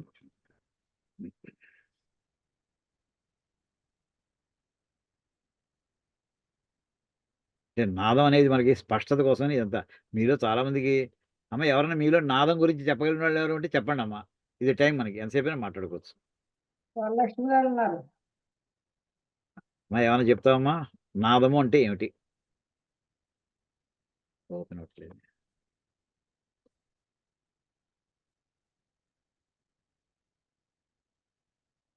ఇదండి ఇందులో కనిపిస్తుందో, దీన్ని ఎలా ఎలా ఎలా చేయాలో తెలియటం లేదు. నాదం అవ్యక్తమైన బ్రహ్మములో నుంచి మొట్టమొదటిగా వ్యక్తమైనదే నాదము. పరమాత్మ నుండి నామాత్మక జగత్తు పుట్టినప్పుడు ముందుగా నాదం పుట్టింది, తర్వాత ప్రణవము, ఆ తర్వాత వేదాలు పుట్టాయి. ఈ నాదమే వివిధ స్థితులు దాటి వాక్కు అవుతుంది. మన నుంచి ఉచ్చరింపబడే ధ్వనులు, అక్షరాల యొక్క నేపథ్యము నాదమే, అంటే బ్యాక్గ్రౌండ్. నాదం ద్వారా శబ్దం ఉచ్చరించబడుతుంది. అక్షరరూప శబ్దానికి పూర్వరూపమే నాదం. ఈ నాద రూపంలో మన నుండి వ్యక్తమయ్యే అమ్మవారు నాదరూపిణి. ఈ విధంగా శబ్దానికి, ఆపై అక్షరరూప శబ్దానికి మూలం నాదం అంటూ అక్కడ ఈ విషయాన్ని అందించారమ్మా. ఎవరైనా ఇంతకంటే వివరంగా ఏమైనా చెప్పేవాడు ఎవరైనా ఉన్నారమ్మా మనలో? ఎవరైనా ఉంటే తప్పకుండా చెప్పచ్చమ్మా. స్వాగతం అమ్మాయి వరలక్ష్మి. ఎవరు మొహమాట పడక్కర్లేదమ్మా, ఎవరిని ఫ్రీగా మాట్లాడచ్చు, ఏం పర్వాలేదు. టెక్స్టే చూపించక్కర్లేదు. ఎవరు మాట్లాడట్లేదు, వినిపించట్లేదా అమ్మాయి? మాట వినిపిస్తుందా నాది? వినిపిస్తోందండి. వరలక్ష్మి గారు మ్యూట్ లో ఉన్నారు. ఓకే. నమస్కారం అండి. ఎవరమ్మా? నేను ఎస్పిఎల్ మూర్తిని చెప్తున్నానండి. అయ్యా నమస్కారం అండి. నాదం అంటే మామూలు మన హృదయంలో ఆహతము అనాహతము అని ఉంటుంది కదండి శబ్దం. అవునండి. అయ్యా మాకేం తెలియదు అనుకుని చెప్పండి. ఉంటుంది కదండి అదే ఉంటుంది కదండి అంటే ఏదో మాకు తెలిసినట్టు భావిస్తున్నారు అలా అనుకోకండి ఏమి తెలియదు చెప్పండి. ఆహతము అనాహతము రెండు హృదయంలో ఉండేవి. హతము అంటే దెబ్బ కొడితే వచ్చే సౌండ్ని ఆహతము అంటారు. అనాహతము అంటే కొట్టకుండా వచ్చే సౌండే అనాహత శబ్దము. అది హృదయంలో హిరణ్య గర్భం వీటి ద్వారా వస్తూ ఎటువంటి తాకిడి లేకుండా వచ్చే శబ్దాన్ని నాదంగా భావిస్తూ అక్కడి నుంచి పరాంగ్ముఖి ప్రాణము అపానము అక్కడి నుంచి వచ్చే ఆ నాద శక్తితోటే మనలో ఉండే ప్రాణశక్తి మనకి పైకి తీసుకోవటానికి లేకపోతే అపాన వాయువుని కిందకి పంపించడానికి. ఇప్పుడు ఒక క్లాసులో కూడా చెప్పారు సంస్కృత దానిలో మనలో ప్రాణం పైనుంచి బ్రహ్మరంధ్రం నుంచి వస్తుంది హృదయం దాకా, కింద భూమి దగ్గర నుంచి పాదాలలో నుంచి కూడా ఒక ప్రాణశక్తి పైకి వైపు వస్తుంటుంది. ఈ రెండింటిని ఎక్కడైతే డిస్పెన్స్ చేసే ప్లేస్ ఉంటుందో అది హృదయంలో అనాహత చక్రంలో, అక్కడ ఏమి తాకిడి లేకుండానే వచ్చేది అది నాదము. దాని మీద గనక ఎవరైతే ధ్యాస పెడతారో ఈ బయట సృష్టిలో కనిపించే ఈ నాదము ఈ సౌండ్ అనేది మన ఏమి డిస్టర్బ్ చేయలేదు. ఆ నాదంలో గనక మనం లీనమైన సమయంలో మిగతాది ఏది చేయలేదు. ఇంకొకటి హాస్యానికి చెప్పుకుంటారు, నారదులు వారు వీణ పలికిస్తూ నారదులు నాదంలో మధ్యలో రవళిలు కల్పించారు కాబట్టి ఆయన్ని నారదుడు అంటారని జస్ట్ అది మనం అన్వయించుకోవడానికి మనం అనుకోవడానికి కూడా బాగుంది ఆ శబ్దం. అది నాదం అని నేను విన్నది. జస్ట్ మీకు బాగుంది చక్కగా చెప్పారు సార్, చాలా బాగుందండి. అదే ధ్వనిని అనుసరించబడేది నాదం అంటారు. నా అంటే ప్రాణము, దా అంటే ధ్వని, దా అంటే అగ్ని. నా అంటే ప్రాణము, దా అంటే అగ్ని, రెండుని కలిపేదే ఒక ఎనర్జీ శక్తి. ఈ ధ్వనిని అనుసరించి వెళ్ళేదే ఈ నాదం అని అంటారు అనమాట. సార్ ఇక్కడ మనకి మామూలుగా అన్ని చోట్ల నిఘంటువుల్లో రాసేది ఏంటంటేనండి, ఆహతో అనాహతశ్చేతి ద్వేధా నాదో నిగద్యతే. వినపడిందండి? వినిపిస్తుంది చెప్పండి. అదే మన మామూలుగా నిఘంటువుల్లో నాదానికి రాసింది ఆహతము అనాహతము, దాని ఎక్స్ప్లెనేషన్ కి ఈ శ్లోకం ఉటంకిస్తారండి. ఆహతో అనాహతశ్చేతి ద్వేధా నాదో నిగద్యతే. అయ్యా అదే వాక్యం అర్థమైంది. ఓకే, నాదం రెండు రకాలు, అదే అనాహతం. బాగుంది. ఆహతం అనాహతం ఇందాక ఆయన ఎక్స్ప్లెయిన్ చేసింది అన్నమాట. బాగుంది. ఇంకా ఏమైనా మాట్లాడతారమ్మా? సరే, సంతోషం అండి. ఇంకేమైనా మాట్లాడే నమస్తే మహోదయ. గురువు గారు, ఇప్పుడు ఆయన అనాహతము అంటే ఇప్పుడు అనాహత చక్రానికి దేనికి? నేను శారద పాపనండి గురువు గారు. చెప్పండి అమ్మా.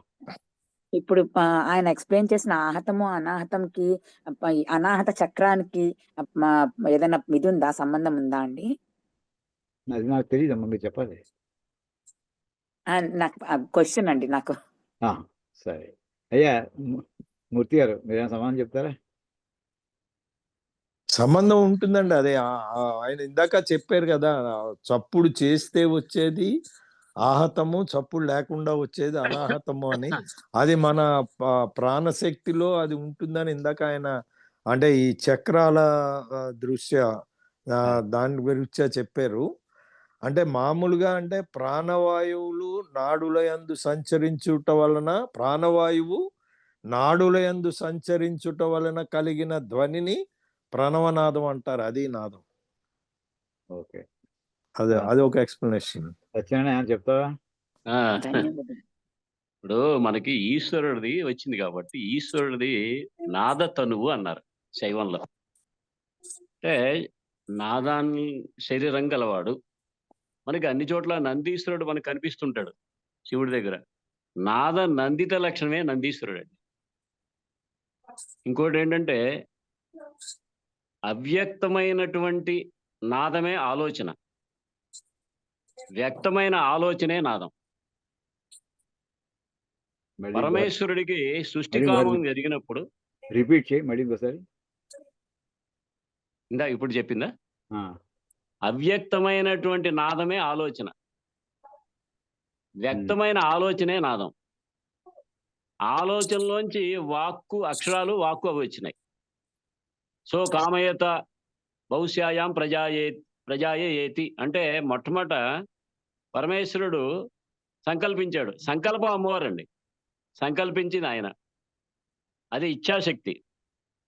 ఆయన సృష్టికామాన్ని కోరుకున్నప్పుడు, ప్రపంచోల్లాస సమయం ఏర్పడినప్పుడు ఆ పరమేశ్వరుల ఆలోచన ఎప్పుడైతే అమ్మవారు సంకల్పంగా వచ్చిందో అది నాదంగా వచ్చి వాక్కుగా వచ్చి పరాపశ్యంతి వైఖరిగా ఈ ప్రపంచం వచ్చింది అని నాకు తెలిసినంత వరకు విషయం. ఇంకేమన్నా చెప్తారమ్మా? చాలా సంతోషం, బాగుంది. ఇంకా వీటిని మనం ఎవరి మట్టుకు కూడా మనం కృషి చేసుకోవాలి, వీటిని ఇంకా అంతర్మథనం చేసుకోవాలి. ఇంకా చాలా ఉంటాయి వ్యుత్పత్తులు, నిర్వచనాలు, వివరణలు. ఇంకా ఆలోచిద్దాం. ఎవరైనా మహానుభావులు వస్తే వాళ్ళ చేత మనం ఆహ్వానిద్దాం. వాళ్ళ చేత కూడా 2-3 నిమిషాలు మాట్లాడుకోవడానికి అవకాశం ఇద్దాం. ఈ వేళకి ఇక్కడ ఆపుకుందామండి. ఓం కాయేన వాచా మనసేంద్రియైర్వా బుద్ధ్యాత్మనా వా ప్రకృతే స్వభావాత్ కరోమి యద్యత్ సకలం పరస్మై నారాయణాయేతి సమర్పయామి. హరి ఓం తత్సత్. బ్రహ్మార్పణమస్తు. శ్రీ సీతారామార్పణమస్తు. ఓం తత్సత్. సార్ ఈ సభలోని అంటే మన క్లాసులోని పెద్దవాళ్ళందరూ నేను ఏదైనా తప్పు చెప్తే క్షమించమని అదేవద్దండి, కోరుకుంటున్నాను. ఏ అక్కర్లేదు. మీ తప్పు చెప్పి అపశబ్ద భయం నాస్తి. మీకు ఏ పర్వాలేదు, ఏ చెప్పి అయ్యా తప్పు చెప్పినా పర్వాలేదు, ఒప్పు చెప్పినా పర్వాలేదు. Okay okay. పెట్టున్నా తప్పండి, ఎవరికి వచ్చిందో చెప్తారు అంతే. అవధాని గారు సదాశివ బ్రహ్మేంద్ర సరస్వతి 250 సంవత్సరాల క్రితం ఆత్మ విద్యా విలాసం అని ఒక 66 శ్లోకాల్లో మొత్తం అసలు వేదాంత సారాన్ని రాసి పారేశారంట ఆయన. అందులో మన ఇవాళ వచ్చిన క్లాసులో వచ్చినదంతా ఒక చిన్న 4 లైన్లో చిన్న శ్లోకంలో చెప్పేశారు. ఏంటంటే జని విపరీత క్రమతో ఆయన తెలుగువాడు, కర్ణాటకలో సమాధి అయిపోయినాడు. జని విపరీత క్రమతో బుద్ధ్యా ప్రవిలాప్య పంచభూతాని పరిశిష్టమాత్మతత్వం పశ్యన్నాస్తే మునిశ్శాంతః. జని విపరీత క్రమతః పుట్టుకతో వ్యతిరేక దిశలో పంచభూతాన్ని పృథివ్యాపస్తేజో వాయురాకాశ అనేటువంటి 5 భూతములను బుద్ధ్యా తన బుద్ధితో ప్రవిలాప్య లేవని నిర్ణయించుకుని పరిశిష్టం మిగిలిన ఆత్మతత్వం ఆత్మస్వరూపాన్ని పశ్యన్ చూచుచు శాంతః శాంతుడై ముని ఒక ముని ఆస్తే కలడు. పంచమహాభూతాలని ఉత్పత్తి క్రమమునకు వ్యతిరేకమైన దిశలో ఒకదాని అందు వేరొక దాన్ని విలీనమర్చుచు అంటే ఆకాశం గాలి పంచభూతాలు వరుసగా ఒకదాని నుండి వేరొకటి ఉత్పన్నమైనవి. వాటిని విలీనం చేయగా ఏది శేషించి ఉన్నదో అదే తానని ఆత్మని అనుభవించేవాడు యతిరాజు శాంతుడై ఉండును. అది జస్ట్ ఈ సందర్భంలో చెప్పేద్దామని అది వినిపిద్దామని. చాలా సంతోషం. సరే అయితే మరి అయ్యా, మరి అందరికీ నమస్కారం, ధన్యవాదాలు. నమస్కారం. అంటే ఇంకా ఇలాగా మరి ఈ ఉపనిషత్తులు మళ్ళీ కొత్త ఉపనిషత్తు తీసుకునే ముందు మళ్ళీ విరామం మధ్యలో ఎప్పుడైనా రావచ్చు. అందుకోసమని రుద్రాధ్యాయమే, ఈ రుద్రభాష్యమే వరుసగా క్లాసుల కింద చెప్పుకుంటూ వెళ్ళిపోదాం. 2-3 వారాలు వరుసగా అనిపిస్తోంది. కొంచెం ముందు గమనం కాస్త పెరుగుతుంది అనిపిస్తోంది. ఎందుకంటే చమకం మ్యాటర్ చిన్నది, మనం వివరణ ఎక్కువ ఉంటుంది అనుకోండి, కానీ వివరంగా చెప్పుకుంటూ మొత్తం దాని మీద ఫోకస్ గా పెట్టేస్తే వరుసగా అయిపోతుందేమో అనుకుంటున్నాను. 2-3 నెలల్లో అవుతుందేమో. ఎవరికి అభ్యంతరం లేకపోతే ఏ మూర్తి గారు, ఇలా వినగలగడం మా భాగ్యం మహద్భాగ్యం. అసలు ఇలా వినగలగడం మా మహద్భాగ్యం, మాకు అంత అదృష్టం అన్నమాట. దాన్ని మళ్ళీ వేరే అభ్యంతరాలు ఏమి ఉండవు, మీరు చెప్పండి. సరే అయితే మళ్ళీ మనం సోమవారం పెట్టుకున్నా, ఎప్పుడు క్లాస్ పెట్టుకున్నా కానీ ముందు రుద్రభాష్యం మీదే ఫోకస్ పెట్టుకుని కొన్నాళ్ళు అది మనం చేద్దాం ఉంటుంది. ఆ మాట ఏమండి, అలా చేద్దాం. నమస్కారం, అందరికీ ధన్యవాదాలు. నమస్తే గురువు గారు.